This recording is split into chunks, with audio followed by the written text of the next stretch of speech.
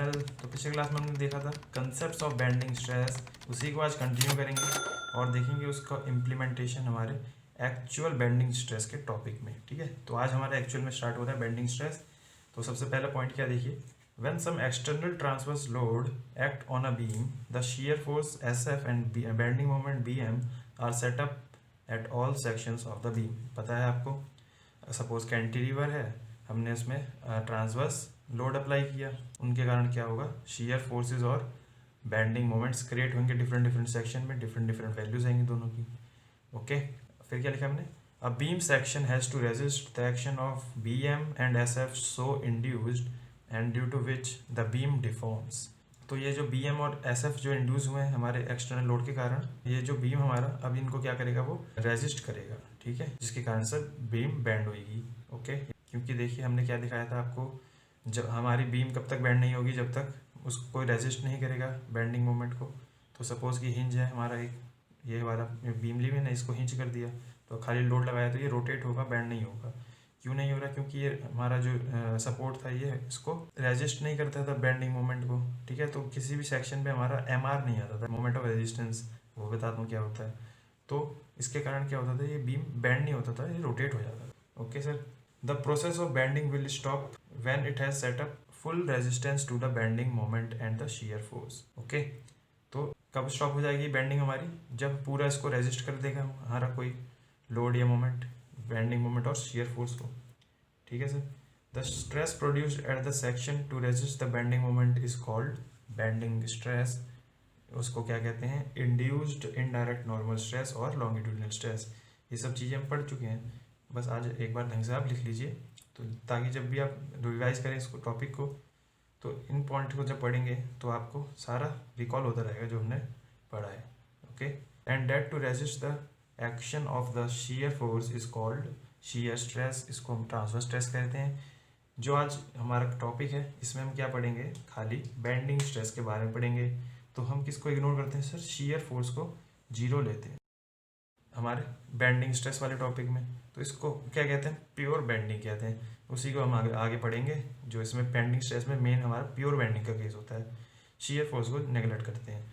ठीक है, इसको हम बाद में देखेंगे।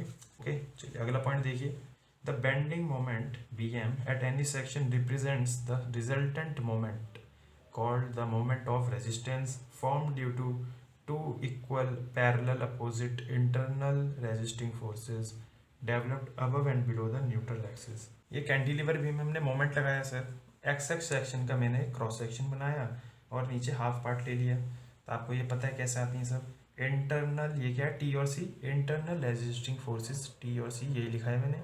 और ये कैसी हैं सर, ये इक्वल हैं और पैरेलल हैं और अपोजिट भी हैं, तो वही चीज़ें लिखी हैं यहाँ पे। Developed above and below the neutral axis, neutral axis के अबव होगी और बिलो एक्ट करती हैं दोनों, ये सब आपको पता है। ठीक है, अब देखिए सर, ये जो T और C फोर्सेस हैं हमारी, ये T और C फोर्सेस दिख रही हैं सर, ये क्या करेंगी, कपल बनाएगी।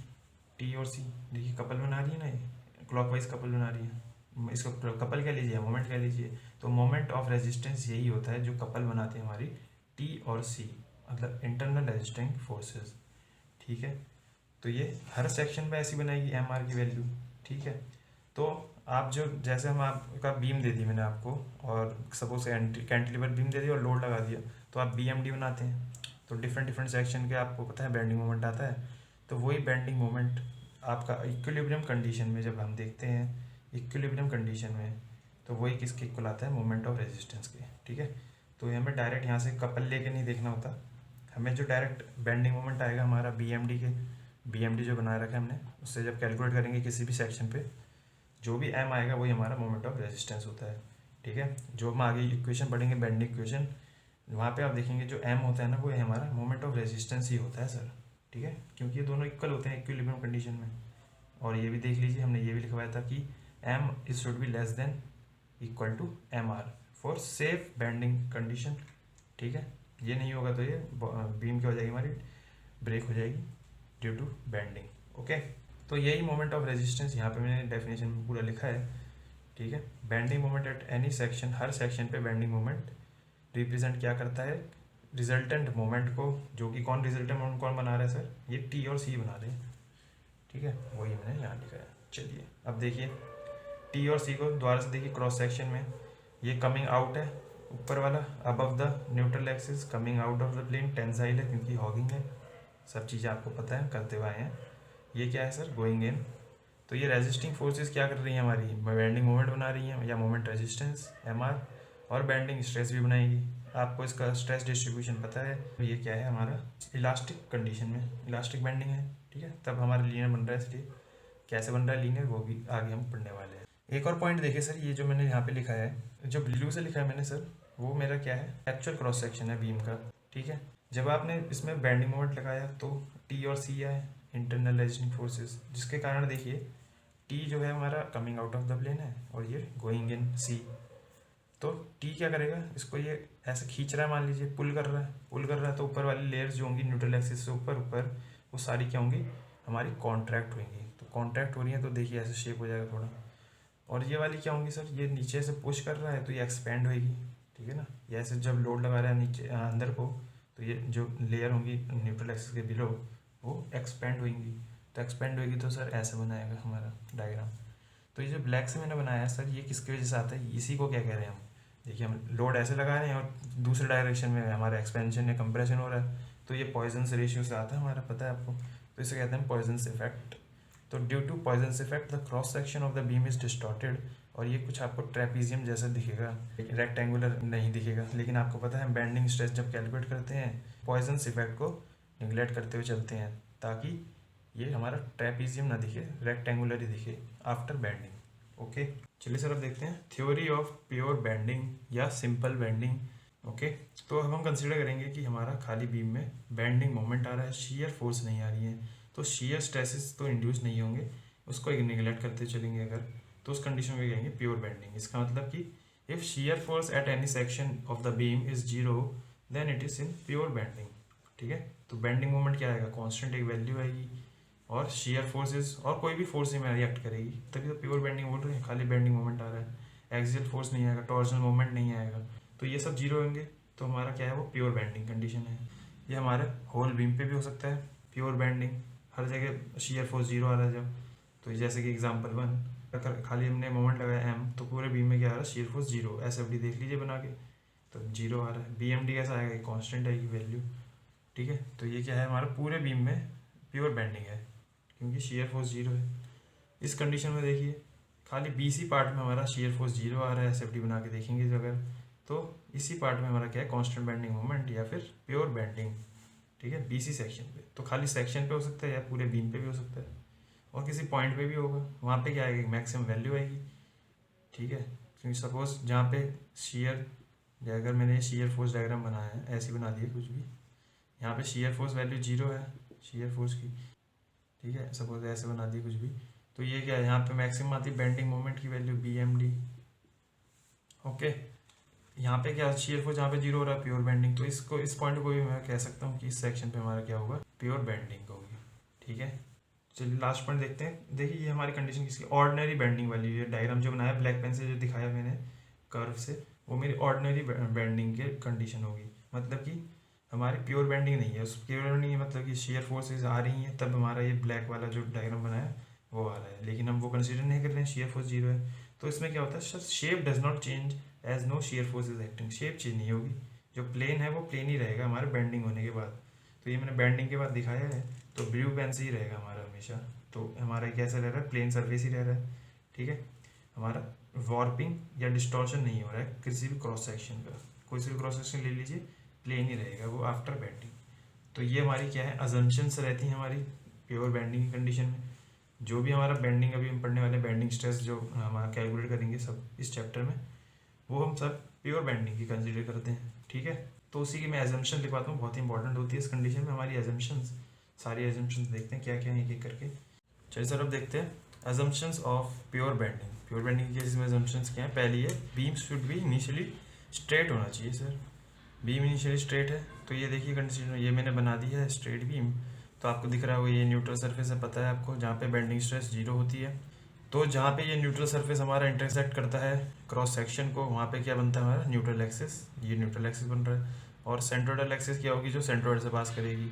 तो अगर ये वाला सरफेस ले रहे हैं तो सेंट्रोइड से पास करेंगे, अगर रेक्टेंगल है तो सेंटर में है, तो ये सेंट्रोइडल एक्सिस हो जाएगा। अगर ये वाला क्रॉस सेक्शन ले रहे हैं तो सेंट्रोइडल एक्सिस क्या है हमारा, ये वाला सेंट्रोइडल एक्सिस है।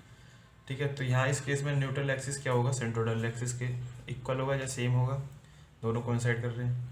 सपोज कि अब हम ले लें बीम इनिशियली बैंड ले लें, पहले से ही बैंड है, फिर हम बैंडिंग और कर रहे हैं उसमें, तो क्या होगा देखिए, ये मैंने बना दिया है कर्व बीम, इनिशियली कर्व है, तो आपको दिख रहा होगा सेंट्रोइडल एक्सिस क्या होगी। अगर मैंने इसी फिगर में बना दिया सेंट्रोइडल एक्सिस, वैसे तो आपका क्रॉस सेक्शन में दिखाना है न्यूट्रल एक्सिस और सेंट्रोइडल एक्सिस, तब ज़्यादा क्लियर होगा। लेकिन इसमें भी दिखा सकते हैं क्योंकि ये न्यूट्रल सरफेस होगा जो अंदर जा रहा है हमारा, ये वाला जो न्यूट्रल एक्सिस बनी है ना, सेंट्रोइडल एक्सिस के ऊपर बनी है, इसके अंदर जा रहा होगा न्यूट्रल सरफेस, जहाँ पे sigma B equal to 0, bending stress, सब आपको पता है वो चीज़ें। तो यहाँ पे देखिए दोनों कोइंसाइड नहीं कर रही हैं, इक्वल नहीं है, सेम नहीं है, न्यूट्रल एक्सिस और सेंट्रोइडल एक्सिस। ठीक है, इसलिए जो स्ट्रेस डिस्ट्रीब्यूशन आता है, जो पहले कंसिडर किया था हमने केस, वो क्या था, लीनियर इलास्टिक था, जो हम नॉर्मल बनाते हैं ऐसा आता है linear, sigma B T sigma B C, ठीक है, लीनियर आता है। लेकिन इस केस में क्या होता है सर, हाइपरबॉलिक। अगर हमारा इनिशियली बैंड हो बीम तो क्या आएगा, स्ट्रेस डिस्ट्रीब्यूशन हाइपरबॉलिक आएगा। ओके, इसको हम डिटेल में देखेंगे आगे चल के। सेकेंड है आइसोट्रॉपिक एंड होमोजीनियस मटेरियल होना चाहिए हमारा, पता है आपको दोनों चीज़ें क्या होती हैं। थर्ड पॉइंट क्या है, material of beam should follow Hooke's law. Hooke's law पता है, stress is direct proportional strain. अगर हुक्स लॉ फॉलो कर रहा है तो ये चार भी फॉलो करेगा हमारा। क्या है, चार देखते हैं। पहला है हमारा temperature should be constant, temperature constant होना चाहिए, तभी हमारा टेम्परेचर स्ट्रेसेस नहीं आएंगे। ठीक है, आपको पता है टेम्परेचर स्ट्रेस जब हम कर रहे थे कि वहाँ पे देखा था हमने, हुक्स लॉ वैलिड नहीं होती है उस कंडीशन में, इसलिए टेम्परेचर शुड बी कांस्टेंट, पहला पॉइंट हो गया हमारा। फिर क्या है, लीनियर इलास्टिक मटेरियल, ये भी आपको पता है, लीनियर जब इलास्टिक मटेरियल होगा तभी हमारा इलास्टिक बेंडिंग आएगी। इलास्टिक बेंडिंग में हमने देखा था लीनियर आता है हमारा क्या सर, बेंडिंग स्ट्रेस डिस्ट्रीब्यूशन। ठीक है, तो वही हम कंसीडर कर रहे थे, तो ये लिखा है यहाँ पे। ठीक है, वो क्यों बनाते थे, क्योंकि वो लीनियर इलास्टिक मटेरियल होता था, इसलिए लीनियर इलास्टिक स्ट्रेस डिस्ट्रीब्यूशन आता था उस केस में। ओके, अब देखिए थर्ड पॉइंट है नो स्ट्रेस कंसंट्रेशन और प्रिज्मेटिक बीम। इसका मतलब क्या है दोनों का, हमारा सर बीम में जो, अगर ये बीम है मेरा, इसमें होल्स नहीं होने चाहिए। ठीक है, होल्स नहीं होने चाहिए, और इसका जो एरिया है ना सर वो कांस्टेंट रहना चाहिए। प्रिज्मेटिक है तो कोई इसमें ऐसे फ्लक्चुएशन नहीं होनी चाहिए, एरियाज में शुड बी कांस्टेंट रहना चाहिए। अगर रेक्टेंगुलर है तो रेक्टेंगुलर, अगर आई सेक्शन है तो आई सेक्शन, पूरे through out the length I section रहेगा। ठीक है, ऐसा नहीं है कि इसका हाइट या विड्थ कुछ भी है जो चेंज हो जाएगी। ठीक है, एरिया हमारा हमेशा कांस्टेंट रहना चाहिए। तो ये क्या है हमारी कंडीशंस है थर्ड में, material should follow Hooke's law, तो ये चार पॉइंट भी फॉलो करेगा। ठीक है, फोर्थ पॉइंट क्या है, self weight should be neglected as then shear force will be there.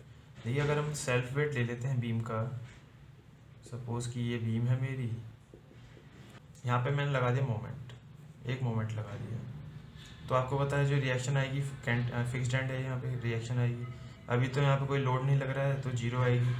तो अगर मैं इसका वेट कंसीडर कर लूँ ना सर, और वेट कनेक्ट करते सेंटर ऑफ ग्रेविटी इसका जो भी है, तो वेट अगर कंसीडर कर रहे हैं तो डब्लू, तो यहाँ पे क्या आ रहा है, शियर फोर्स भी आ रही है, आर की वैल्यू आएगी R A equal to W, और एक बेंडिंग मोमेंट तो आएगा ही एम आर। तो सर यहाँ पे इस कंडीशन में शियर फोर्स कुछ आएगा, शियर फोर्स जीरो नहीं होगा। शियर फोर्स जीरो नहीं होगा तो आपको होता है शियर स्ट्रेसेस भी आएंगी, तब हम इस कंडीशन में हमारे प्योर बेंडिंग नहीं देख पाएंगे। ओके, प्योर बेंडिंग में क्या होता है, शियर फोर्स जीरो होनी चाहिए, तभी हमारा खाली क्या आएगा, उसमें बेंडिंग मोमेंट्स आएंगे, बेंडिंग स्ट्रेसेस आएंगे। फिफ्थ पॉइंट क्या है, plane transverse section will remain plane even after bending. ये आपने देख ही लिया था, ये मैं बता चुका हूँ। सपोज कि ये बीम है, ये बेंड हो गई, तो ये जो सेक्शंस हैं हमारे वो प्लेन ही रहते हैं। ओके, प्लेन रहते हैं। Six point, Poisson's effect is neglected, ये हम देख ही चुके हैं, पॉइजन्स इफेक्ट नहीं लेते हैं। अगर हमारी रेक्टेंगुलर बीम है तो अगर पॉइजन्स इफेक्ट होता है तो वो हमें ट्रेपेजॉइडल जैसी दिखती, लेकिन वो इग्नोर करते हैं, इसलिए रेक्टेंगुलर रहती है बेंडिंग के बाद भी वो भी। तो 6 पॉइंट में पता करा है हमने, पढ़ चुके हैं। सेवंथ क्या है सर, यंग्स मॉडुलस ई जो है, Young's modulus of elasticity same रहेगा कंप्रेशन और टेंशन में भी। आपको पता है अगर ये मेरा न्यूट्रल सरफेस है तो इसके जो अब हमारे फाइबर्स होंगे या लेयर्स होंगी इस मटेरियल की, उसका मेरा यंग्स मॉडुलस होगा।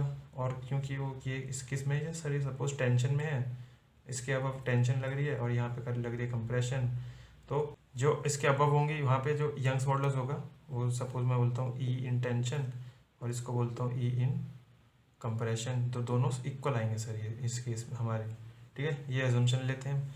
तो मतलब कि यंग्स मॉडुलस कांस्टेंट है पूरे हमारे बीम में, कहीं पे भी ले लीजिए। तो अब देखिए सर, ये सब अजम्पशंस का जो हम यूज़ कर रहे हैं और ये हम पढ़ रहे हैं जो थ्योरी ऑफ प्योर बेंडिंग, वो किसके लिए पढ़ रहे हैं हम सर? बेंडिंग इक्वेशन के लिए पढ़ रहे हैं। मैंने बताया था आपको पूरे चैप्टर में खाली एक ही फॉर्मूला है जो कि है हमारा बेंडिंग इक्वेशन का फॉर्मूला। इसे कहते हैं हम यूलर्स बर्नौली इक्वेशन भी कहते हैं। Sigma by Y equal to M by I equal to E by R. ये हमारा प्योर बेंडिंग के केस में ही एप्लीकेबल होता है। ओके, तो सिग्मा क्या है इसमें सर? सिग्मा है हमारा बेंडिंग स्ट्रेस, इसको सिग्मा बी भी ले सकते थे यहाँ पे। ओके, वाई क्या है? वाई है डिस्टेंस फ्रॉम न्यूट्रल एक्सिस। जैसे मैंने सर्कुलर सेक्शन लिया है, अगर बीम है मेरी, इसका हमारा क्रॉस सेक्शन लिया, क्या है वो? सर्कुलर है। तो सर्कुलर बीम का मैंने क्रॉस सेक्शन लिया है ये, तो ये न्यूट्रल एक्सिस होगी कहीं पे। इससे डिस्टेंस होगा किसी भी लेयर पे, किसी भी लेयर पे जो भी हमें चाहिए, जहाँ पे हम इसकी वैल्यू निकालते हैं ना बेंडिंग स्ट्रेस की, जिस लेयर पे निकालना है, तो उसका डिस्टेंस कहाँ से सर? हमारे न्यूट्रल एक्सिस से वाई होता है। तो सपोज़ कि मुझे टॉप लेयर का देखना डिस्टेंस, तो मेरा ये क्या हो जाएगा? ये वाई टी हो जाएगा टॉप लेयर का डिस्टेंस यहाँ से। और ये क्या हो जाएगा? ये वाई बॉटम हो जाएगा। अगर ये न्यूट्रल एक्सिस सेंट्रोडल एक्सिस से पास हो रहा है, एक सेम है दोनों, तो Y T is equal to R radius के बराबर, और ये दोनों सेम हो जाएंगे। बॉटम में जाइए या टॉप में जाइए, तो हमारा ये होता है Y, distance from neutral axis. अब देखिए एम क्या है? एम है हमारा मोमेंट ऑफ रेजिस्टेंस, उसी को मैं कहता हूँ bending moment at a section. तो एम लिखिए चाहे फिर एम आर लिखिए, एक ही बात होती है। देखिए इंपॉर्टेंट है हमारा, कैसे आया है देखिए, इक्वल क्यों होता है? तो देखिए सर, जैसे मैंने बताया था मोमेंट ऑफ रेजिस्टेंस कैसे आता है। अगर मैं लूँ सर, ये बीम ले ली मैंने एक, इस सेक्शन को मैंने अगर हाफ बीम ले ली, इस हाफ बीम को कंसीडर करूँ, तो एक मेरे पे क्या आएगा? इस केस में क्या होगा? बेंड होगा, तो ऊपर आएगा टेंशन और नीचे आएगा कंप्रेशन। तो ये हो गया टी, ये लग रहा है सी। तो इसके कारण क्या आता है? कपल आता है, ठीक है। तो ये क्लॉकवाइज कपल बन रहा है यहाँ पे एम आर, तो इसी को एम आर कहते हैं। लेकिन मैंने बोला सर ये एम के इक्वल है या फिर बेंडिंग मोमेंट के इक्वल है। इक्वल दिखाता हूँ मैं। तो मैंने एक सेक्शन ले लिया कहीं पे, लेफ्ट सेक्शन। तो आपको पता है अगर मुझे बेंडिंग मोमेंट एट एक्स निकालना है, तो मैं क्या निकलता? वी एम एक्स या फिर एम एक्स, ये निकालता हूँ मैं, जैसे करता हूँ S F D B M D में। सपोज़ कुछ लोड आ रहा है ये रिएक्शन का, और ये लोड लगा हुआ है कुछ पी, आर दे देते हैं इसको, इसको दे देते हैं पी दे देते हैं। तो यहाँ पे जैसे मैंने आपको बताया, तो यहाँ पे क्या आएगा? बीम को जब मैं कट करूँगा, क्योंकि बेंड हो रही है, तो कुछ कपल आएगा, तो इसको मैं लिखता हूँ एम आर, ठीक है। ऐसा कपल आएगा यहाँ पे भी। पहले तो एम एक्स निकाल के दिखाता हूँ। तो एम एक्स कैसा आएगा?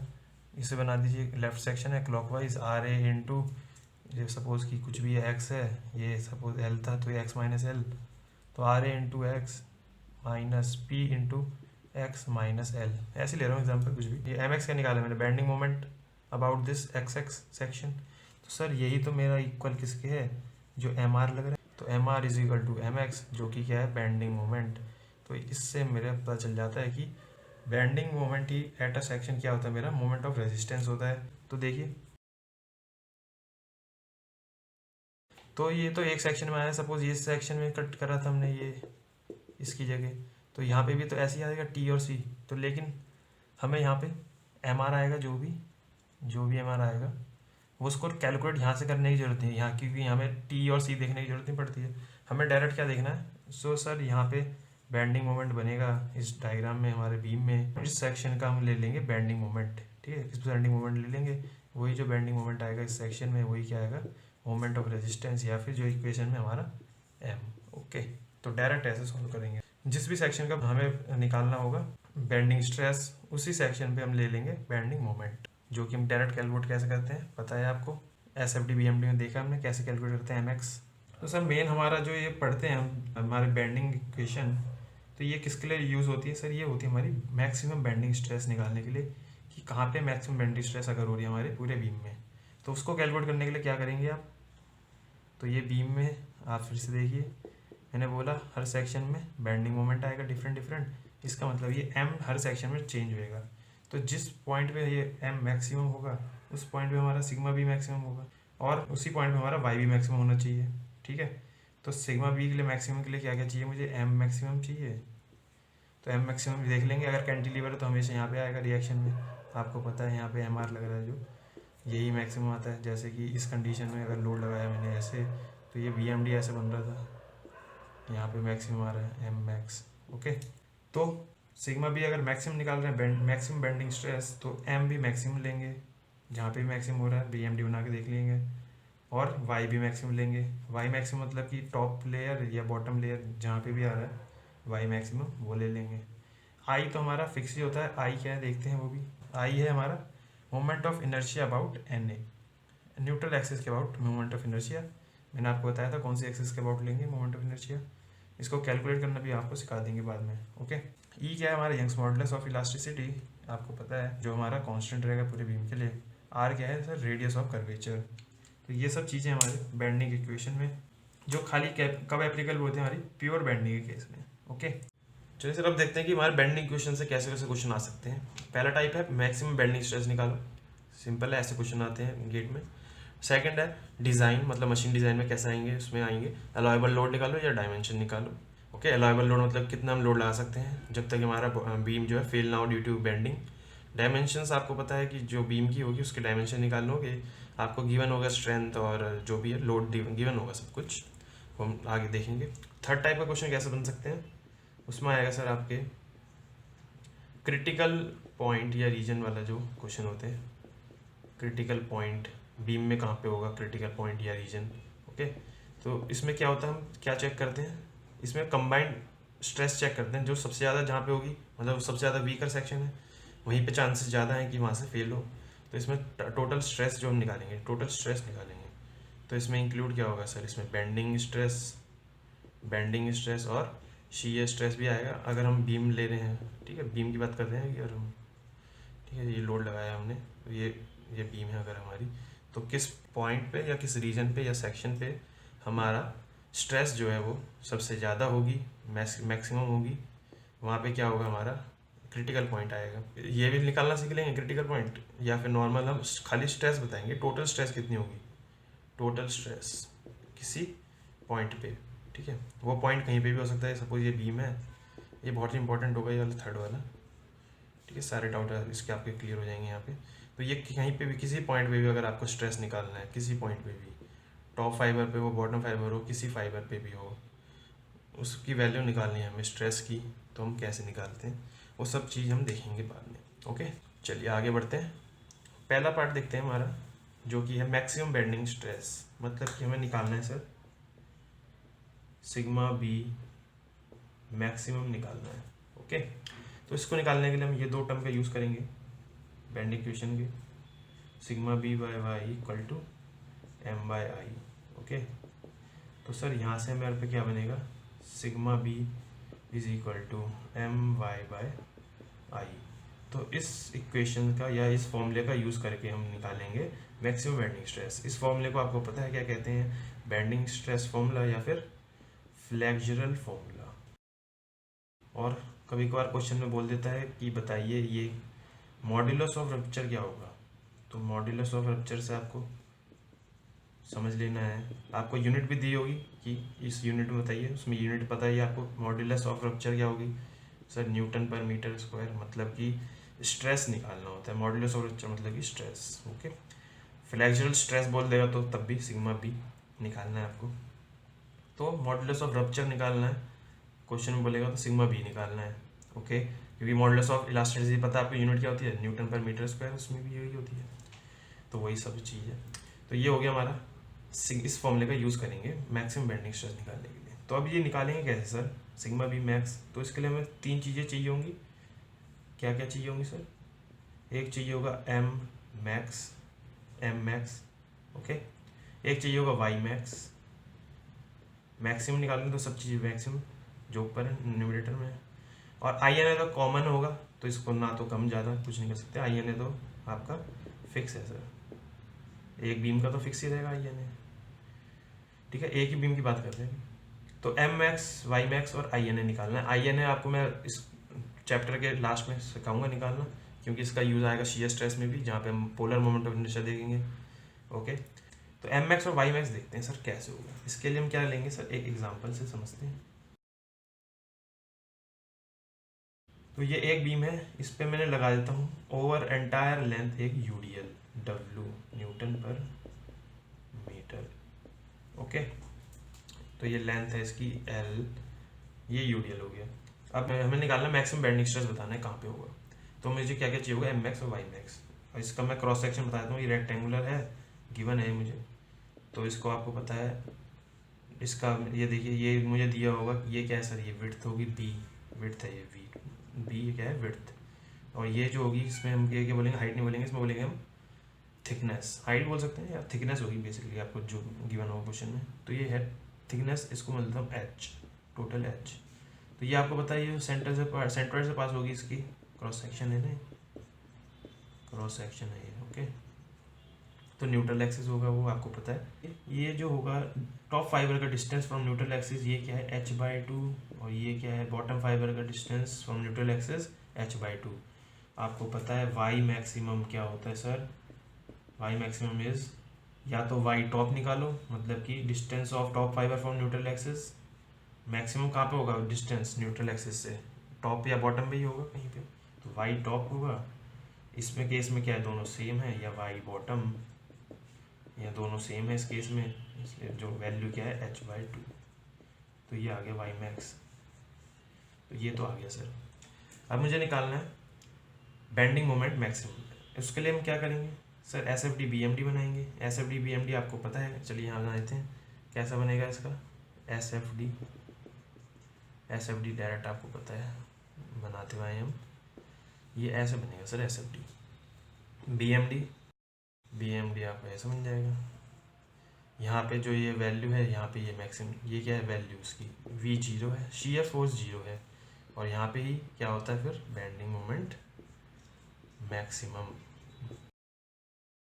और इसकी वैल्यू जो बेंडिंग मोमेंट मैक्सिमम की वैल्यू है वो क्या आती है, WL²/8।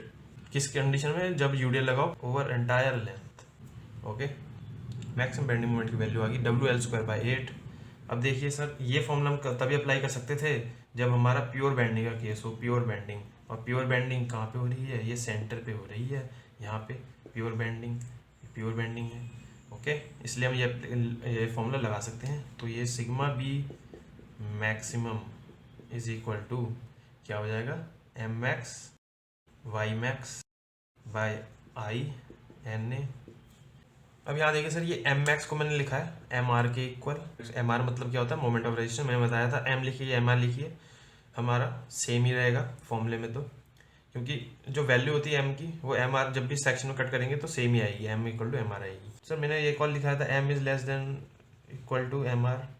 तो ये जो एक सेक्शन में जो है, ये मेरा बीम है, अगर ये लोड लगाया मैंने इस सेक्शन पे, मैं अगर कंसीडर कर रहा हूँ, तो ये जो मेरी एम की वैल्यू आएगी, ये हमेशा मेरी इससे कम होनी चाहिए या इक्वल टू रहनी चाहिए एम आर के, मोमेंट ऑफ रेजिस्टेंस के। तो इस मतलब कि हमारा जो ये बीम है, ये इस मोमेंट से ज़्यादा रेजिस्ट कर सकता था।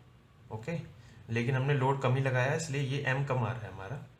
ठीक है, तो मैक्सिमम कितना रेजिस्ट कर सकता है, जितना ये इसका एम आर आएगा उतना ही रेजिस्ट कर सकता है, उसके बाद ये फेल हो जाएगा। तो ये कंडीशन होती है, इसलिए मेरे मैक्सिमम कंडीशन क्या होगी, एम मैक्स एम आर के इक्वल होगी। ओके, अब एक और टर्म आती है, मैं यहीं पे बता देता हूँ आपको कि देखिए, एक तो होगी हमारी बेंडिंग मोमेंट या एम से डिनोट कर रहे हैं। एक हो गया मेरा M R moment of resistance, एक हो गया मोमेंट कैरिंग कैपेसिटी। ओके, तो इन तीनों में अंतर मैं बता देता हूँ आपको एक साथ ये भी। तो देखिए, वही मैंने जो बताया, ये बीम है, मैंने लोड लगाया, ये सेक्शन कंसीडर कर लेते हैं। तो यहाँ पे एक वैल्यू आएगी ड्यू टू एक्सटर्नल मोमेंट या लोड, इसके कारण जो हमारा बेंडिंग मोमेंट बन रहा है इस सेक्शन पे, वो कुछ वैल्यू आई M. Okay, M I. M R क्या होगा, एम आर क्या है, मोमेंट ऑफ रेजिस्टेंस, कितना ये रेजिस्ट कर सकता है टोटल। अब ये इससे ज़्यादा भी हो सकता है, इससे ज़्यादा, ये हमने सपोज कम लोड लगाया तो ये इतना तो आराम से जो मोमेंट आया वो आराम से इसने बॉडी ने रेजिस्ट कर लिया, लेकिन ये कर इससे ज़्यादा भी सकता था, तो वो एम आर वैल्यू है। ठीक है, एम सी सी क्या है, जो सबसे ज़्यादा ये कर सकता था, मतलब कि ये इस पे डिपेंड नहीं होगा, ये बॉडी के मटेरियल पे डिपेंड करेगा, स्ट्रेंथ पे डिपेंड करेगा मटेरियल की, एम सी सी। तो ये मैं यहाँ पे लिखवाऊंगा, ये एम सी सी कैसे होती है, क्या फॉर्मूला होता है, वो बाद में देखेंगे। तो आप ये चीज़ समझ गए होगे। तो ये क्या है, ये क्या है, maximum moment of resistance, maximum, इसकी मैक्सिमम वैल्यू।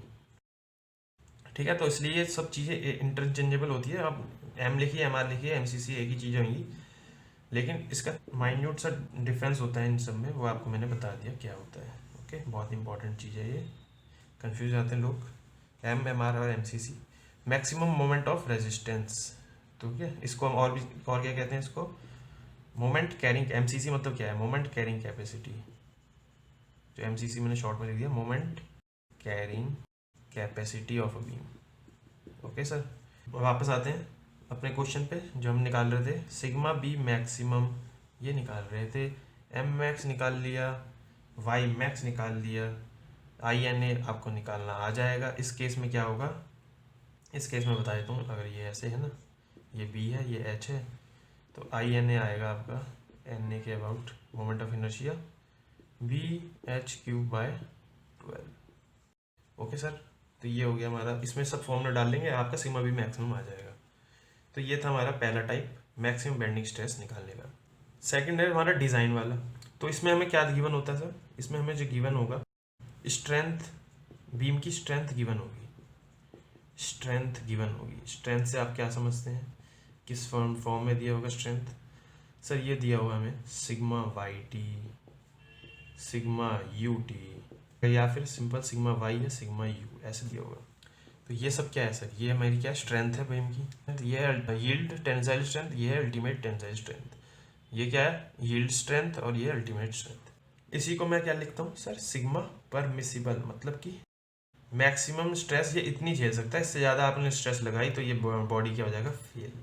ठीक है, तो ये सिग्मा परमिसिबल हो गया। तो पहला टाइप का क्वेश्चन हमारा अलाउएबल लोड निकालना। इसका मतलब आपको बताया था कि हम मैक्सिमम कितना लोड लगा सकते हैं जब तक हमारा बॉडी फेल ना हो ड्यू टू बेंडिंग, बॉडी नहीं बीम।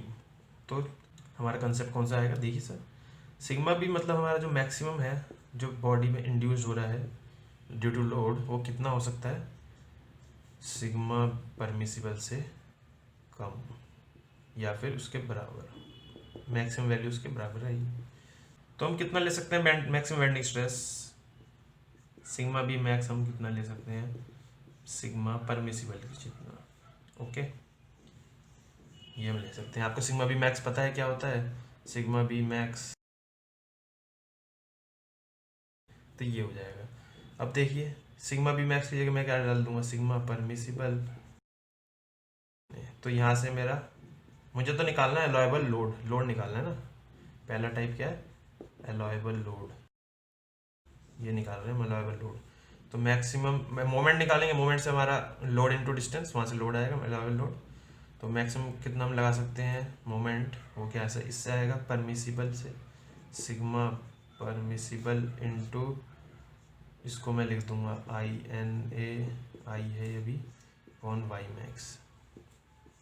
ठीक है, तो यहाँ से आप क्या निकाल लेंगे, यहाँ से परमिसिबल लोड आएगा, लोड पहले मोमेंट आएगा, फिर वहाँ से आप लोड निकाल सकते हैं इजीली। चलिए अब देखते हैं डिज़ाइन में सेकंड टाइप के क्वेश्चन कैसे आते हैं। ये आते हैं हमारे डायमेंशन से रिलेटेड। डायमेंशंस मतलब कि सपोज कि क्वेश्चन में दे रखा है आपको रेक्टेंगुलर बीम है और उसके डायमेंशन दे रखी है 200, 10, 20। तो आप ये कैसे निकालेंगे, एल बी एच डायमेंशन होती है हमारी लेंथ ब्रेड्थ हाइट, वही होती है नॉर्मल रेक्टेंगल केस में। तो इसमें ये होती है एल, ये होता है बी, ये होता है एच। ओके, ये रेक्टेंगुलर है। तो अगर मेरा रेक्टेंगुलर बीम है, बीम ऐसे दिया है मुझे, तो मुझे लेंथ होगी ये हमारे इसमें, और ये होगी मेरी एच, और ये जो है ये विड्थ होगी बी। ओके, अगर मैं इसका ये जो है इसका क्रॉस सेक्शन ले लिया यहाँ से, तो ये क्रॉस सेक्शन में आपको ये दिख रहा होगा बी और ये एच। तो ये होगी आपकी थिकनेस ऑफ बीम, ये होगी आपकी विड्थ, ये होगी length.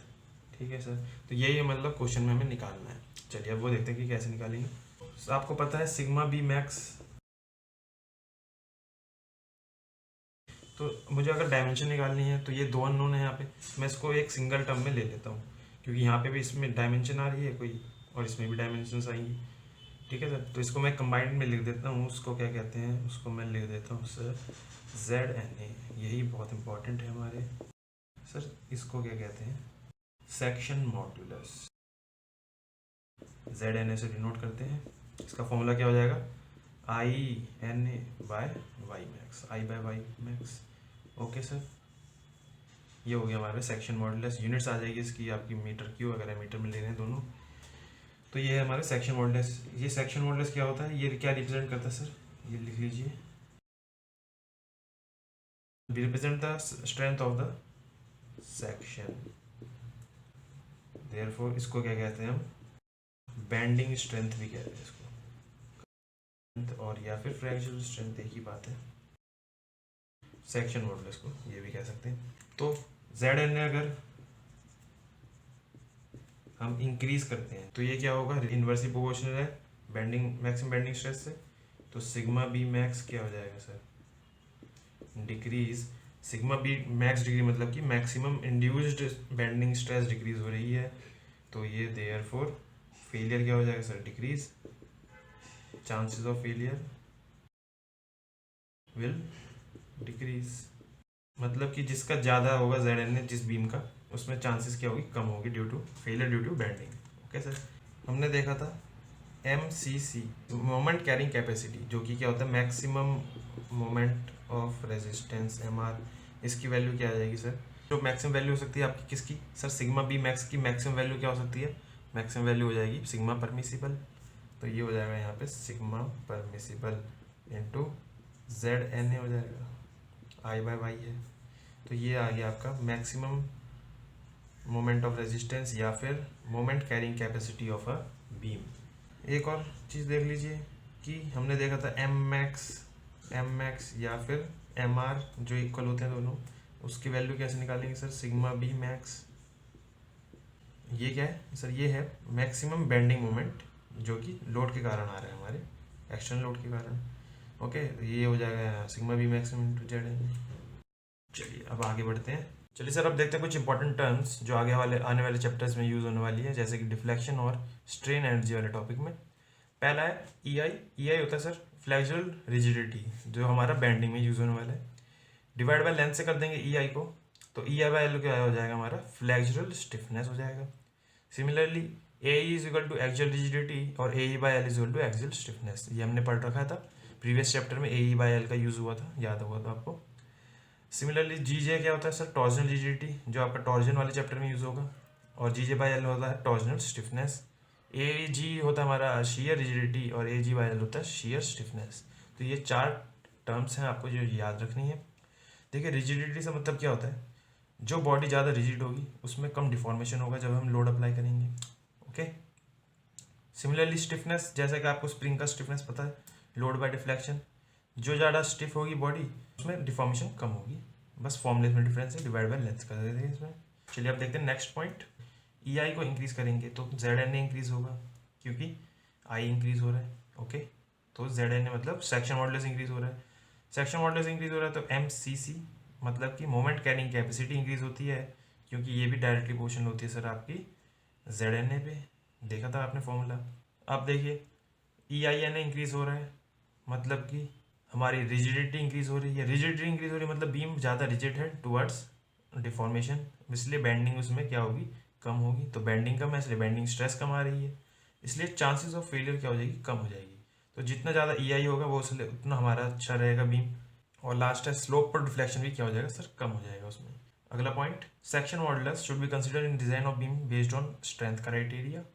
Similarly, flexural rigidity EI should be used when we are designing the beam on the basis of rigidity criteria. ठीक है सर। चलिए सर अब देखते हैं एग्जांपल के थ्रू। सपोज कि एक बीम है हमारे पे जिसकी लेंथ है L और इसका क्रॉस सेक्शन दिया हुआ है मुझे, विड्थ है B और थिकनेस है H। ओके सर, तो दो केस कंसीडर करते हैं। First case, case one, suppose beam same है हमारे पे, ठीक है, दोनों केस में बीम क्या है, सेम है, हम बस चेंज क्या कर रहे हैं, विड्थ और हाइट में चेंज कर रहे हैं। ठीक है, तो अगर मैं बीम को अगर ऐसा ले लूँ जिसमें बी यानी कि विड्थ ज़्यादा है हाइट से, तो केस वन क्या है, width is greater than height. और सेकंड केस अगर मैं हाइट या थिकनेस ज़्यादा ले लूँ, थिकनेस सही होगा बोलने के लिए, तो थिकनेस अगर जिसकी ज़्यादा है अगर, तो ये सेकंड केस, बी क्या है, लेस है। तब मुझे इन दोनों में से बताना है सर कौन सा हमारा वीकर बीम सेक्शन होगा या वीकर बीम होगी ड्यू टू बेंडिंग, जो हमारी आसानी से बेंड हो जाएगी, वो हमें चेक करना है। तो कौन सी बीम होगी वो, तो किस क्राइटेरिया का हम यूज़ करेंगे सर, ईआई का यूज़ करेंगे, जिसका ईआई ज़्यादा, ईआई मतलब रिजिडिटी ज़्यादा, जो ज़्यादा रिजिड होगा उसमें बेंडिंग कम, जिसका ज़्यादा ईआई उसमें बेंडिंग कम, ठीक है। तो इसका यूज़ करेंगे, मतलब कि chances of failure come, okay. तो इसका यूज़ इसमें देखना है, तो हमें ईआई का यूज़ चाहिए। और आपको पता है सर ए सिमिलर बीम ली है तो ई तो हमारा क्या है, कांस्टेंट, यानी कि खाली हमारे पे डिपेंड कर रहा है आई पे। तो दोनों का आई निकाल लेते हैं, तो आई एन ए मतलब कि सर न्यूट्रल एक्सिस तो ये है क्योंकि क्रॉस सेक्शन है ये न्यूट्रल एक्सिस, तो इसमें I N A of one first beam, इसका केस वन का क्या होगा, बी एच क्यूब बाय 12, इसका भी तो सर यही है I N A two B H cube by 12, लेकिन इसमें क्या है एच ज़्यादा है और इसकी पावर 3 है, तो आपको दिख गया होगा I N A of one is less than I N A of 2, तो मैं ई से मल्टीप्लाई कर देता हूँ। तो सर यहाँ से आप समझ जाएंगे sir E I of second case is higher than this case one, यानी कि देयरफॉर डिफ़िकल्टी किसमें होगी बेंड करने में, हमारे को इसमें डिफ़िकल्टी होगी, more difficult to bend second वाला केस, ओके सर। तो more difficult to bend second case beam, जो ये वाली बीम ली है हमने, अगर इस हमारे पे हाइट ज़्यादा है उसकी या थिकनेस ज़्यादा है बीम की इन कंपैरिजन टू विड्थ, तो हमें ज़्यादा डिफ़िकल्टी आएगी उसे बेंड करने में। तो वीक कौन सा हुआ सर, ये वाला हमारा क्या हुआ, वीक हुआ। ये आराम से बेंड हो जाएगा क्योंकि जब हम लोड लगाएंगे, सपोज यहाँ लोड लगाया हमने, ये लोड लगाया, तो ये आराम से क्या हो जा रहा है, इसमें बेंडिंग आ जा रही है इजीली। तो देयरफॉर वीकर कौन सा है, case one is weaker for bending, okay sir. तो ये था हमारा ईआई से हम कैसे देखेंगे कि कौन सी बीम स्ट्रांग है कौन सी बीम वीक है। चलिए सर अब देखते हैं थर्ड टाइप का क्वेश्चन कैसा आता है हमारे।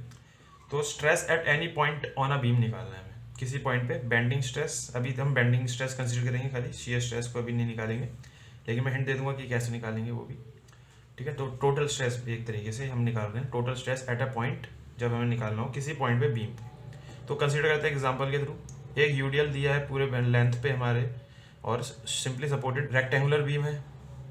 इसका S F D B M D आपको पता है कैसे बनता है, हम देख चुके हैं। एट सेंटर पे L/2 डिस्टेंस पे क्या होगा सर, शेयर फोर्स 0, इसलिए बेंडिंग मोमेंट मैक्सिमम आएगा और वो होगी WL²/8, ओके। तो हर पॉइंट पर मुझे दिए हैं पॉइंट्स, तो A B C D E F मैंने 6 पॉइंट लिख दिए हैं, इस पर मुझे स्ट्रेस की वैल्यू निकालनी है, टोटल स्ट्रेस की। तो सबसे पहले फर्स्ट कौन सा पॉइंट लेते हैं सर बी से स्टार्ट करते हैं, सेंटर से, क्योंकि आपको पता है sir point B, okay point B पे देख रहे हैं। तो आपको पता है ये जो मैंने लाइन बनाई है ये सेंटर से पास हो रही है, सेंट्रॉइड से बेसिकली, तो ये सेंट्रोइडल एक्सिस है क्योंकि ये हमने ये लेंथ है ना टोटल, ये क्रॉस सेक्शन नहीं बनाया बीम का, अभी फ्रंट व्यू है। तो आपको ये क्या बोला था मैंने, ये है आपकी cross section centroidal axis, neutral axis नहीं बोल सकते आप इसे, लेकिन क्योंकि आपका ये जो लाइन है ये किससे पास हो रही है सर, ये न्यूट्रल सरफेस से पास हो रही है, जो ये प्लेन है सेंट्रोइडल एक्सिस प्लेन बनेगा वो न्यूट्रल सरफेस होगा हमारा, तो ये मैंने न्यूट्रल सरफेस लिख दिया है। तो यहाँ पे आपको पता है सिग्मा बी की वैल्यू 0 आती है, क्यों आती है ये हम देख लेते हैं। देखिए बेंडिंग इक्वेशन से भी देख सकते हैं, आपको पता है बेंडिंग इक्वेशन जो sigma B by Y equal to M by I equal to E by R है सर, ये कभी वैलिड होती है, प्योर बेंडिंग के केस में बोला था मैंने, प्योर बेंडिंग कहाँ हो रही है सर ये तो सेंटर पे हो रही है खाली बी पॉइंट, मतलब जो ये बी पॉइंट है हमारा बी ई और डी, ठीक है सर। तो इन पॉइंट्स पे हम निकाल सकते हैं इसके थ्रू प्योर बेंडिंग के। तो सबसे पहले पॉइंट बी के थ्रू देखते हैं। तो पॉइंट बी पे हमने देखा सिग्मा बी, ये इक्वेशन लगा देते हैं, sigma B by Y equal to M by I. तो यहाँ से देख लीजिए sigma B is direct proportional to y, y हमारा है सेंटर पे ही, डिस्टेंस है 0, तो इस या फिर इसको डायरेक्ट इक्वल टू लिख के कर सकते हैं। तो सिग्मा बी कितना आएगा सर, बेंडिंग स्ट्रेस आएगा सर 0, बेंडिंग स्ट्रेस 0 आ गया क्योंकि ये लाई कर रहा है आपके न्यूट्रल सरफेस पे, और आपको पता है न्यूट्रल एक्सिस या न्यूट्रल सरफेस क्या होगा जहाँ पे बेंडिंग स्ट्रेस 0 है। तो ये हमने थ्रू प्योर बेंडिंग के लिए देख लिया, प्योर बेंडिंग की इक्वेशन लगा के। तो सर ये ए और सी पे कैसे निकालेंगे, ये नोट कर लीजिए, बहुत इंपॉर्टेंट है। कि मैंने बताया था सर कि देखिए एक बीम पे हम किसी पॉइंट पे जो हमारी बेंडिंग इक्वेशन है उसका यूज़ कर सकते हैं, लेकिन ये वैलिड कभी होता है जब प्योर बेंडिंग हो, तो ये वैलिड है इस केस में। लेकिन we can use anywhere in the beam, ठीक है, ये इंपॉर्टेंट है। जब क्वेश्चन में पूछेगा कि ये बताइए बेंडिंग इक्वेशन कब वैलिड होती है, तो आप बोलेंगे खाली जब प्योर बेंडिंग हो। लेकिन हम यूज़ कर सकते हैं इसका इक्वेशन का अगर हमें बेंडिंग स्ट्रेस निकालनी है किसी भी पॉइंट पे, ठीक है। जैसे हम, आपको पता होगा सुपर पोजिशन थ्योरम यूज़ करते हैं, तो हम क्या करते हैं, सपोज ये लोड दे रखा है, यहाँ लोड दे रखा है, तो हम देखेंगे इस पॉइंट की डिफ्लेक्शन निकालनी है, तो हम देखते हैं कि ये जो लोड लगा है हमारा, ये वाला load suppose 5 kilo Newton 10 kilo Newton, तो 5 किलो न्यूटन से इस सी पॉइंट पे कितना डिफ्लेक्शन आएगा, खाली 5 किलो न्यूटन कंसीडर करते हैं फोर्स, इसको निगलेक्ट कर देते हैं। सिमिलरली इस केस में हम क्या कर रहे हैं, हम किसी पॉइंट पे ले सकते हैं इस इक्वेशन को और उसको निगलेक्ट कर देंगे कि शियर फोर्स 0 है। तो पॉइंट सर बी पे तो निकाल लिया, अब पॉइंट ए पे भी निकाल लेते हैं। क्या आएगा सर, सेम आएगा क्योंकि इस न्यूट्रल सरफेस पे है, तो पॉइंट इस पे भी क्या है sir, sigma B 0। Similarly point C के लिए, तो ये 3 पॉइंट तो हमारे हो गए, point A, point B, point C. चलिए नेक्स्ट बढ़ते हैं, ई और डी पे देखते हैं सर। ये भी कहाँ लाई कर रहा है सर, जहाँ पे बेंडिंग मोमेंट मैक्सिमम हो रहा है, जहाँ पे प्योर बेंडिंग केस है क्योंकि शियर फोर्स 0 है। तो इस सेक्शन है यहाँ पे प्योर बेंडिंग है, इसलिए ये पॉइंट पे हम अप्लाई तो ईजिली कर सकते हैं और वैलिड होगा ये हमारी इक्वेशन। तो पॉइंट ई और डी पे देख रहे हैं, पॉइंट ई कॉमा डी, इस पे कैसे देखेंगे, देखिए शियर फोर्स 0 है, तो मैं यहाँ लिख देता हूँ पहले फी 0, तो यहाँ पे क्या है सर, प्योर बेंडिंग, इसलिए हम अप्लाई कर सकते हैं डायरेक्ट। यहाँ पे भी क्या था सर, प्योर बेंडिंग, खाली बी पॉइंट पे, ठीक है, प्योर बेंडिंग। ई पॉइंट पे अब हमें देखना पड़ेगा कि हॉगिंग हो रही है, सैगिंग हो रही है इस लोड के कारण। तो ये आपको पता है लोड नीचे लग रहा है, तो ये कैसे होगा, हमारा बीम कैसे डिफ्लेक्ट होगा, बैंड होगा, ऐसे होगा बैंड, यहाँ से ऊपर लग रहा है और लोड जो यूडियल लग रहा है वो डाउनवर्ड है, तो ये हो गया हमारा सैगिंग। ओके सर, तो बेंडिंग मोमेंट क्या आएगा हमारा, पॉजिटिव आएगा। पॉइंट ई पे ऊपर वाली लेयर क्या हो रही है सर, हमारी कंप्रेशन हो रहा है, और इसमें क्या हो रहा है, पॉइंट डी में हमारा हो रहा है टेंशन हो रहा है। तो ये हम स्ट्रेस एलिमेंट ले लेते हैं, इस पॉइंट पे स्ट्रेस एलिमेंट आपको पता है कैसे बनाते हैं, स्ट्रेस एलिमेंट ड्रॉ करते हैं, ये पॉइंट ई का, ये पॉइंट डी का। तो ऊपर है कंप्रेशन, तो हमारा क्या आएगा sir, normal compressive bending stress, पता है आपको, जो इंड्यूस्ड नॉर्मल स्ट्रेस ही होती है, तो सिग्मा बी सी से, और यहाँ आएगा टेंशन, तो सिग्मा बी टी। ओके, तो ये बन गया, स्ट्रेस एलिमेंट बन गया। अब हम देखिए प्योर बेंडिंग की इक्वेशन लगा सकते हैं, तो प्योर बेंडिंग की इक्वेशन लगाएंगे सर आप, तो क्या आएगा हमारे पे, यहाँ पे मैक्सिमम वैल्यू आएगी, एक तो चीज़ आपको पता है क्योंकि एम मैक्स, और ये है आपके टॉप और बॉटम लेयर पे, तो वाई मैक्स, तो सिग्मा बी मैक्स हो जाएगा ऑटोमेटिकली। या फिर कह सकते हैं कि बेंडिंग स्ट्रेस एट ई या डी, जो कि मैक्सिमम वैल्यू आएगी, तो ये क्या आएगी सर, एम जो मैक्सिमम है इंटू वाई मैक्सिमम हो गया क्योंकि टॉप या बॉटम लेयर है, और अपॉन आई एन ए, इसके थ्रू हम क्या करेंगे, यूज़ करेंगे, जो आंसर आएगा हम वो निकाल सकते हैं। ओके, तो ये हमारे से यहाँ से हम निकाल लेंगे डी और ई पॉइंट के लिए भी बेंडिंग स्ट्रेस की वैल्यू। यहाँ पे शियर फोर्स तो ऑटोमेटिकली 0 तो टोटल स्ट्रेस यही आएगा जो आएगा वैल्यू। चलिए सर देखते हैं पॉइंट एफ पे हम टोटल स्ट्रेस की वैल्यू कैसे निकालेंगे, यानी bending stress plus shear stress, that is combined stress, हमारी कंडीशन है ये। क्योंकि आपको पता है ये प्योर बेंडिंग में नहीं है, इसलिए शेयर फोर्स आ रहा है, ठीक है, वो हम सब चीज़ें पढ़ चुके हैं। तो इस यहाँ पे आप क्या लिख लीजिएगा, ये वाला पॉइंट लिख लीजिए कि इस पॉइंट पे प्योर बेंडिंग नहीं है, लेकिन हम ये बेंडिंग इक्वेशन यूज़ कर सकते हैं ड्यू टू सुपरपोजिशन थ्योरम। हम क्या कंसिडर करेंगे कि यहाँ पे शियर फोर्स नहीं है, मान के हम बेंडिंग स्ट्रेस की वैल्यू निकाल लेंगे, और शियर स्ट्रेस कैसे निकालेंगे वो हम अगले चैप्टर में देखेंगे। और उसको कंबाइन करने के लिए हम क्या करेंगे सर, वो भी हम अभी देखने वाले हैं, ठीक है, कैसे हम कंबाइंड स्ट्रेस की वैल्यू लिखेंगे। तो पॉइंट एफ सबसे पहले हम क्या निकालेंगे, बेंडिंग स्ट्रेस। तो कैसे करेंगे सर बेंडिंग स्ट्रेस निकालने के लिए? सपोज कि सर ये बीम है मेरे पे, तो इसका आपको पता है बेंडिंग BMD कैसे बनता है, ऐसे बनता है। हमें कैसे हम ये इक्वेशन लगानी है, sigma by Y equal to M by I. तो एम चाहिए हमें इस पॉइंट पे या इस सेक्शन पे, जो ये सेक्शन बनेगा इस पे बेंडिंग मोमेंट कितना आ रहा होगा। ठीक है, तो यहाँ से डिस्टेंस ले लेते हैं। सपोज ये एक्स है, बेंडिंग मोमेंट आपको पता है निकालना आता ही है। ये बीम होती है, अगर किसी पॉइंट पे निकालना हो, ये बीम है, किसी पॉइंट पे निकालना हो तो यहाँ पे सेक्शन कट करिए, लेफ्ट सेक्शन ले लीजिए, तो ये बेंडिंग मोमेंट कैलकुलेट कर लेंगे, mx जो आएगा। ओके, तो वही है, तो इस पॉइंट पे निकाल रहे हैं हम, तो ये चाहिए हमें, मतलब कि mx ये है x BMD में। ठीक है, तो इसकी वैल्यू निकालते हैं सर। ये हमें क्या हो गया, ये हो गया। अगर हमने कट कर दिया, ये है हमारे पे जो आर आएगा वो कितना आएगा, WL/2 मैं यहाँ लिख देता हूँ। ये है W और ये है x, तो ये mx जो निकालेगा यहाँ से वो देख लीजिए, WL/2 क्लॉकवाइज लेफ्ट सेक्शन है इसलिए positive into x minus WX²/2, ये आएगा आपका mx। इस mx को कहाँ डालेंगे सर, देखिए हम पहले निकाल रहे बेंडिंग स्ट्रेस, तो उसके लिए sigma by Y equal to M by I equation use करेंगे। तो सिग्मा बी कितना हो जाएगा हमारा, mx लिख देंगे उसको, और y क्या है, y क्या है sir, distance of point f from neutral axis, या फिर ये जो लेयर है इसकी जो पॉइंट f से पास हो रही है उसकी डिस्टेंस फ्रॉम न्यूट्रल एक्सिस, तो ये डिस्टेंस है y। तो ये y है, ये हमको क्वेश्चन में दिया होगा कितने डिस्टेंस पे, x भी दिया होगा किस पॉइंट पे निकाल रहे हैं। ठीक है, वो सब चीज़ें आपको गिवन होंगी। अपॉन आई एन ए तो फिक्स ही होता है, तो यहाँ से आप क्या निकाल लेंगे सर, mx की वैल्यू इसमें पुट करके बेंडिंग स्ट्रेस की वैल्यू आप कैलकुलेट कर सकते हैं। अब बात आती है शियर स्ट्रेस की, वो मैं अगले चैप्टर में देखेंगे। ठीक है, कैसे निकालना है।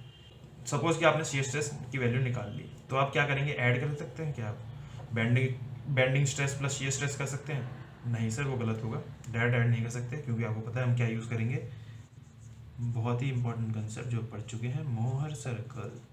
कंबाइंड लोडिंग की कंडीशन में जब भी आपका शियर स्ट्रेस हो और बेंडिंग स्ट्रेस हो, या फिर जो भी एक्सियल स्ट्रेस भी हो, तो ये वाला हमारा फॉर्मूला यूज़ होगा, मोहर सर्कल का थ्योरम यूज़ होगी। तो मोहर सर्कल का यूज़ करेंगे इसमें कंबाइंड लोडिंग। तो हम क्या करेंगे, स्ट्रेस एलिमेंट बनाएंगे एफ पॉइंट का, तो एफ का हम स्ट्रेस एलिमेंट बना रहे हैं। ये कैसा है सर, इस लेयर पे भी क्या होगी, कंप्रेशन होगी, तो जो बेंडिंग इनडायरेक्ट बेंडिंग स्ट्रेस आएगी वो क्या होगी, कंप्रेसिव सिग्मा बी सी। और शियर स्ट्रेस भी आ रही है, तो शियर स्ट्रेस भी डाल लेंगे, ये आ गई शियर स्ट्रेस। ओके सर, तो हम ये वैल्यू निकाल चुके हैं सिग्मा बी सी, जो सिग्मा बी है वही सिग्मा बी सी है, कंप्रेसिव ही है ना। ओके, और टाउ हम निकाल लेंगे किससे, हमारे जो अगले चैप्टर से उससे, दोनों को कंबाइन करेंगे यूजिंग मोहर्स थ्योरम। आपको इसको वैल्यू निकालना आती ही है, कैसे निकालते हैं कंबाइंड। ओके, तो ये तरीका होता है हमारा टोटल स्ट्रेस निकालने का at any point in a beam. अब आपने सारी स्ट्रेस की वैल्यूज निकाल ली हर पॉइंट पे।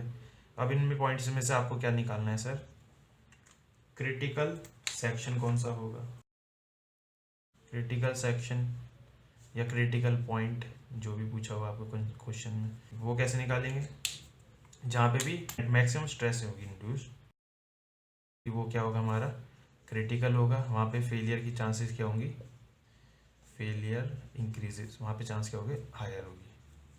तो ये हम क्रिटिकल सेक्शन ऐसे निकालते हैं, किसी पॉइंट पे आपने निकालना आ गया टोटल स्ट्रेस, जिस पे भी वैल्यू मैक्सिमम होगी वो क्रिटिकल सेक्शन होगा। ठीक है, वहीं से हमारे ज़्यादा चांसेस है फेलियर के, उसी सेक्शन से। तो ये था हमारा टाइप थर्ड, स्ट्रेस निकालना हो किसी पॉइंट पे या क्रिटिकल सेक्शन निकालना हो तो हम ऐसे निकालते हैं। चलिए सर, अब देखते हैं आज के लेक्चर का लास्ट टॉपिक, जो कि है sigma B is directly proportional to Y से रिलेटेड। ये रिलेशन कहाँ से आई है सर, बेंडिंग इक्वेशन से ये रिलेशन आई है, आपको पता है। ये हमें क्या बताती है कि सर जो बेंडिंग स्ट्रेस इंड्यूस होता है बॉडी में या बीम में, वो लीनियरली वेरी होता है, एज्यूमिंग कि हमारे जो अजम्पशंस हमने ली थी, ओके, सारी एजम्पशन जो लिखवाई थी वो वैलिड है इस केस में। तो क्या आता है, आपका जो स्ट्रेस डायग्राम है वो लीनियरली डिस्ट्रीब्यूटेड होता है सर। ओके, सपोज कि ये बीम थी हमारी सर, इसका स्ट्रेस डिस्ट्रीब्यूशन कैसा बनता था, लीनियरली वेरी होता था। तो ये है हमारे स्ट्रेस सिग्मा बी, ओके, तो स्ट्रेस डायग्राम में हमारा क्या है, लीनियरली वेरी हो रहा है। जो हमारी लाइन जा रही है क्या है, न्यूट्रल एक्सिस। ये क्या होता है इसमें सर, बेंडिंग स्ट्रेस जीरो हो जा रहा है। देखिए अगर सैगिंग होगा या हॉकिंग होगा उसके अकॉर्डिंग ये बेंडिंग हमारी जो स्ट्रेस आई है वो कंप्रेसिव या टेंसाइल होगी। ओके, नॉर्मल स्ट्रेस होती है ना तो टेंसाइल या कंप्रेशन में। ओके, तो ये लीनियरली वेरी होती है सर, हमने ये देखा था। अब इससे हम एक चीज़ देखते हैं सर, ये जो हमारी बीम है, टॉप लेयर पे जो टॉप फाइबर पे जो आ रही है आपकी स्ट्रेस जो इंड्यूस हो रही है वो क्या है सर, सिग्मा टॉप से डिनोट कर देते हैं हम। तो बेंडिंग स्ट्रेस ही है, सिग्मा भी लिख सकते हैं। तो सिग्मा टॉप से दे दिया कि जो टॉप लेयर है, टॉप फाइबर में आ रही है हमारी बेंडिंग स्ट्रेस इंड्यूस हो रही है, और बॉटम पे जो हो रही है वो सिग्मा बॉटम लिख दिया हमने। ओके सर, अब इनमें रिलेशन देखते हैं हम, ये वाई के कैसे हमारे पे चेंज होती है। तो मेरे पे रिलेशन आएगी सिग्मा टॉप, डायरेक्टली पोर्शन में, तो sigma top by sigma bottom is equal to y top. Y top क्या है sir, distance of top layer, ये हो गया y top, top layer from neutral axis, और distance of bottom layer from neutral axis y bottom से denote कर दिया हमने। तो ये है हमारे पे डिवाइड बाय वाई बॉटम। तो ये हमारे पे जो रिलेशन आई है या इक्वेशन आई है, इससे हम देखते हैं तीन केसेस में कि अलग अलग हमारे क्रॉस सेक्शन अगर बीम का आ रहा है, ओके, तो में क्या रिलेशन आ रहा है सिग्मा टॉप और सिग्मा बॉटम में। ओके, तो केस वन देखते हैं। केस वन सबसे पहले ले रहे हैं हम for symmetrical beams. Symmetrical beams मतलब सर जिसमें Y top is equal to Y bottom हो, जिसमें ये हो रहा है वो क्या है, सिमेट्रिकल बीम है हमारी। इसके example sir rectangular beam, circular beam, square beam तो हो ही गया, रेक्टेंगुलर है तो, और सर आई सेक्शन जैसे हो गया हमारा। ठीक है, जिसमें भी हमारा extra Y top is equal to Y bottom है, वो सिमेट्रिकल बीम है। ठीक है, तो इसमें रिलेशन क्या हो जाएगी सर, ये इक्वल हो गया दोनों, तो ये हमारा हो गया sigma top by sigma bottom is equal to 1। Sir यहाँ पे +1 आएगा, नहीं सर यहाँ आएगा -1। क्यों आएगा -1, वो आपको पता है, क्योंकि सर इनका साइन तो अपोजिट होता है, क्योंकि ये कंप्रेसिव है तो ये टेंसाइल होगी, ये टेंसाइल है तो वो कंप्रेसिव होगी। तो इसलिए sigma top upon sigma bottom is equal to -1 आएगा यहाँ पे। ओके सर, चलिए केस 2 सिमेट्रिकल बीम ले लिया। अब देखते हैं हम किसी ट्राइंगल के लिए, देखते हैं ट्राइंगल के लिए अलग होता है। देखिए फॉर ट्राइंगुलर बीम, इस केस में क्या होगा, क्या Y top equal to Y bottom होगा, नहीं सर, ट्राइंगल बीम है तो डायग्राम बना देते हैं। देखिए न्यूट्रल एक्सिस देख रहे हैं हम, इस ट्राइंगुलर बीम में न्यूट्रल एक्सिस कहाँ होगा हमारा, इधर जो है, तो उसका डिस्टेंस देखते हैं टॉप का लेयर का और बॉटम लेयर का। तो आपको पता है ये कहाँ पे लाई कर रहा है, न्यूट्रल एक्सिस सेंट्रोइडल एक्सिस होगा, और ये जो होगा वाई टॉप, सेंट्रोइडल एक्सिस कहाँ होती है इसकी, आपको पता है, वाई टॉप हो गया आपका। अगर ये हाइट ले लेते हैं हम h, तो ये हो गया हमारा 2h/3, और ये हो गया sir h/3। Therefore Y top is greater than Y bottom. Relation भी निकाल सकते हैं कि ट्वाइस है, तो ये मैं रिलेशन डायरेक्ट लिख देता हूँ। वाई टॉप क्या है sir, twice of Y bottom. Therefore यहाँ से क्या मिला sir, sigma top by sigma bottom is equal to -2।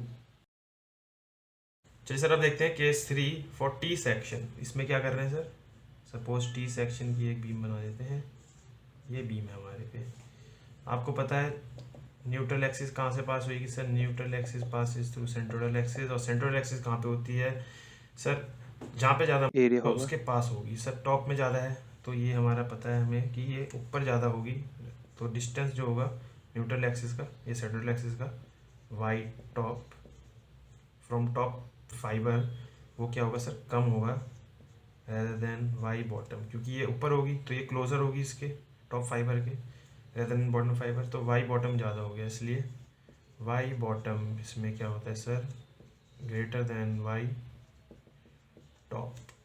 Okay, तो ये इम्पोर्टेंट है। तो इसका कैसा आता है relation, sigma top by sigma bottom Y bottom ज़्यादा है तो ये लेस देन क्या हो गया -1, तो ये रिलेशन होगी हमारे टी सेक्शन में। सर यहाँ से आपको एक और चीज़ पता चल जाएगी कि बेंडिंग जो स्ट्रेस है बॉटम में वो ग्रेटर होगी बेंडिंग स्ट्रेस इन टॉप।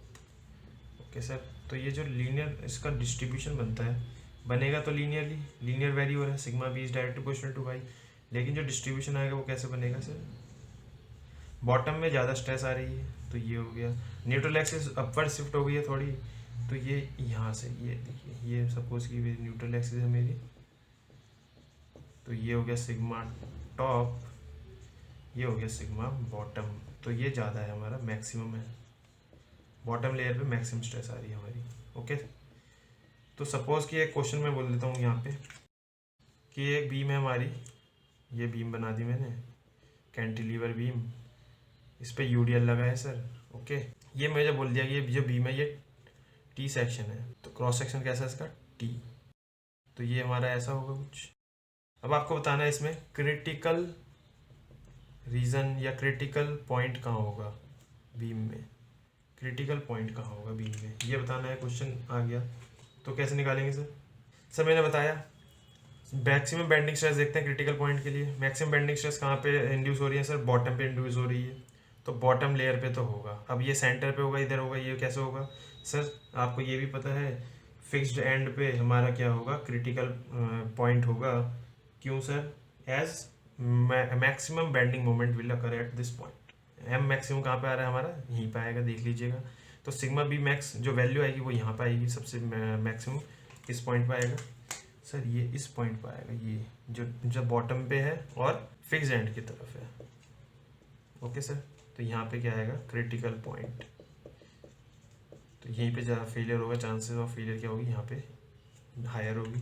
तो ये था हमारा केस 3 टी सेक्शन के लिए, और देख लिया हमने कि क्रिटिकल पॉइंट से भी क्या कैसा देख सकते हैं।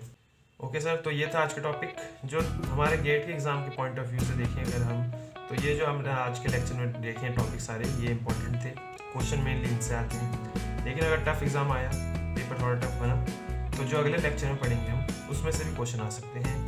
ओके सर, तो मिलते हैं फिर आपको अगली क्लास में। Thank you for watching, bye.